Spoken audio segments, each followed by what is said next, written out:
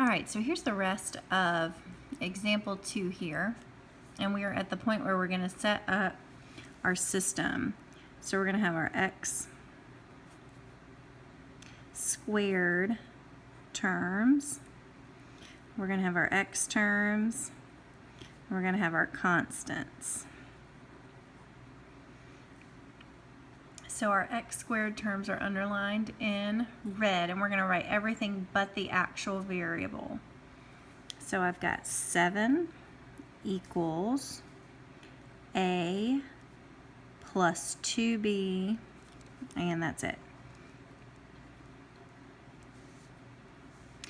And then my x terms, I've got negative 29 equals negative 4a plus, nope, that's x squared, negative 4a minus 5b plus 2c. So minus 4a minus 5b plus 2c. And then all the constants are circled. So we have 24 equals 4a plus 2b minus c. Now this is a 3-variable system, and how we learned to do our 3-variable systems was in the calculator. So let's remember how to do that with matrices. First we set up our augmented matrix, which we're going to put our coefficients first. So we have 1, 2, 0, and then 7. We have negative 4, negative 5, 2, negative 29. And then we have 4, 2, negative 1.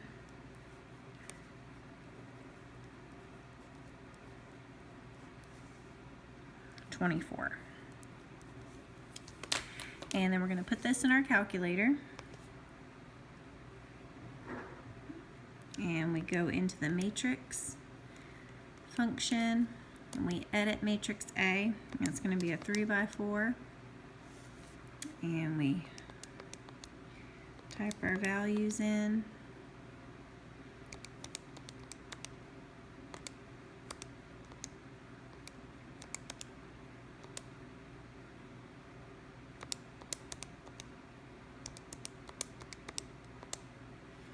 We quit out of that, and then if you remember, you go back into the matrix, you go to math, and you go to RREF, and then you go back into the matrix and choose matrix A.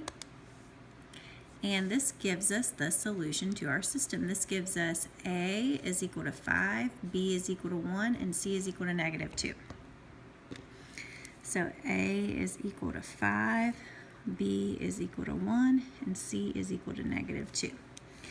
And if you remember, those are the constants that go into our partial fractions above.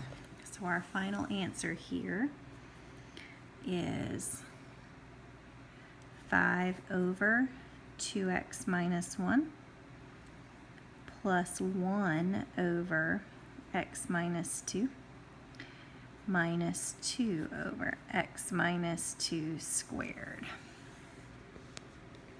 So there's A, B, and C plugged into our partial fractions, and that would be our final answer. All right, so remember, if some of those steps weren't clear to you, to go back and watch the video again to double check what I did and to kind of match up with what you see in your homework. So you can always come back and line this up with what you're doing in your homework. I'm going to show you one more example that has a quadratic factor. So we see how that works. All right, so we have one more. We're going to decompose this into partial fractions, and our denominator is already factored, and this quadratic is irreducible. You can't factor this anymore, okay? So when we set up our partial fractions with a quadratic factor, if you remember, it needs to have a linear function at the top. So we would write that as ax plus b. Okay, so we want the two constant, we want a coefficient here with x and a b.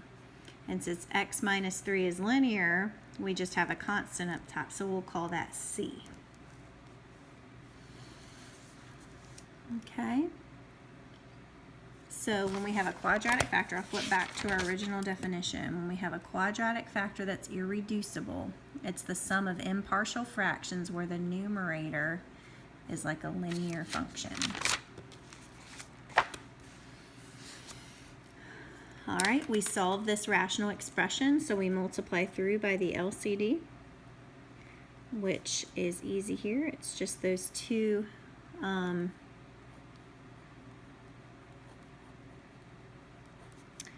factors, and some of you at this point can probably do this without writing this up top. You can see what would cancel, so that's up to you. So we have 11x squared minus 8x minus 7 is equal to ax plus b times x minus 3 plus c times 2x squared, oops, sorry, that was in the shadow a little bit, minus 1.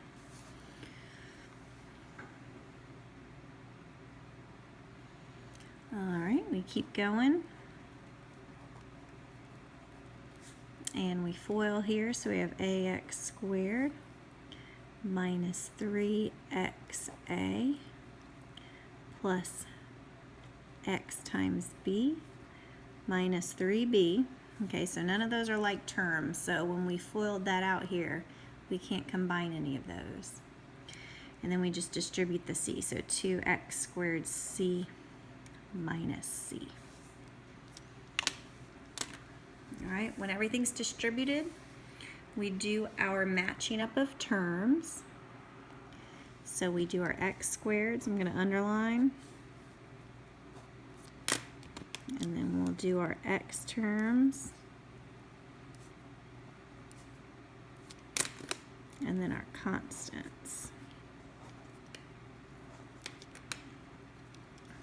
So we have our x terms, our x terms, x squared terms, and then our constants. And remember, we go through and we write this without the x squared and the x, because those are the variables in our functions. Those aren't, we're not changing those. We're leaving those variables like that. So we have 11 equals a plus 2c. And then our x terms, we have negative 8 is equal to negative 3a plus b. And then our constants, we have negative 7 is equal to what's circled, negative 3b minus c. Again, we have an a, b, and c, so we want to set up a matrix. Remember where your a's go here, your b's, your c's, and then your constants. So we have 1, 0b, 2c, and then my constant is 11.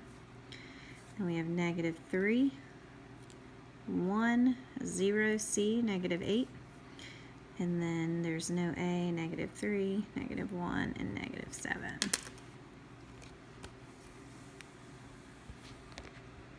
Oops. Oh, then we're just going to type that into the matrix.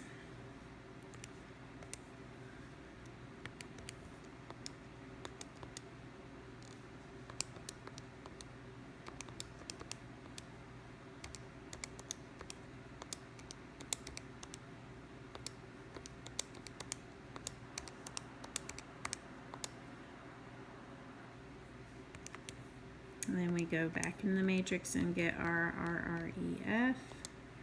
Then go back and get matrix A. And we get 3, 1, and 4. So A is equal to 3, B is equal to 1, C is equal to 4. Remember, these are the numerator that we have up here. So we have 3 x plus 1 over 2x squared minus 1 plus 4 over x minus 3. So you can see that the 3 and the 1 go here for our linear function over that irreducible quadratic. And these would be the partial fractions that they are decomposed into. Let me just show you how to check one of these. Remember, if you were actually combining those, your common denominator would be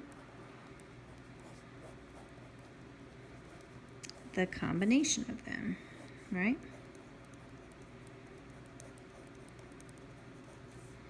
So for this one, since you had to multiply the bottom by x minus 3, that's what you have to multiply to the top. And since you have to multiply the bottom by 2x squared minus 1, that's what you have to multiply to this top.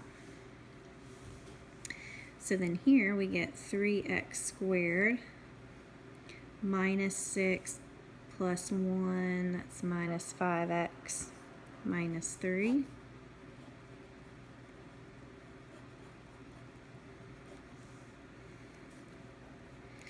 And then we have 8x squared minus 4.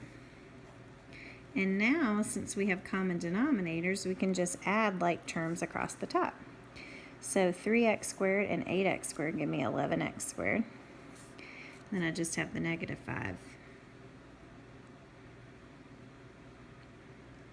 5x, which is wrong. I just saw my mistake. This should be 3x times negative 3 is negative 9 plus 1 should be negative 8. Sorry about that. So we should have negative 8x, and then negative 3 and negative 4 is negative 7.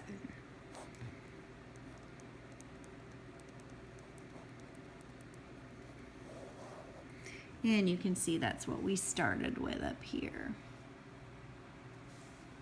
Okay? So just to wrap up the steps, we set up our partial fractions, we solve the rational equation as far as we can, and then we have to set up our system so we can find our A, B, and C. And sometimes it's just our A and B if we just have two terms. We can solve our system algebraically or using matrices, and then we plug our answers back into our partial fractions. All right, thanks for listening, guys, and this will help you with the 4 questions you have for 9.8. Have a great weekend. Bye.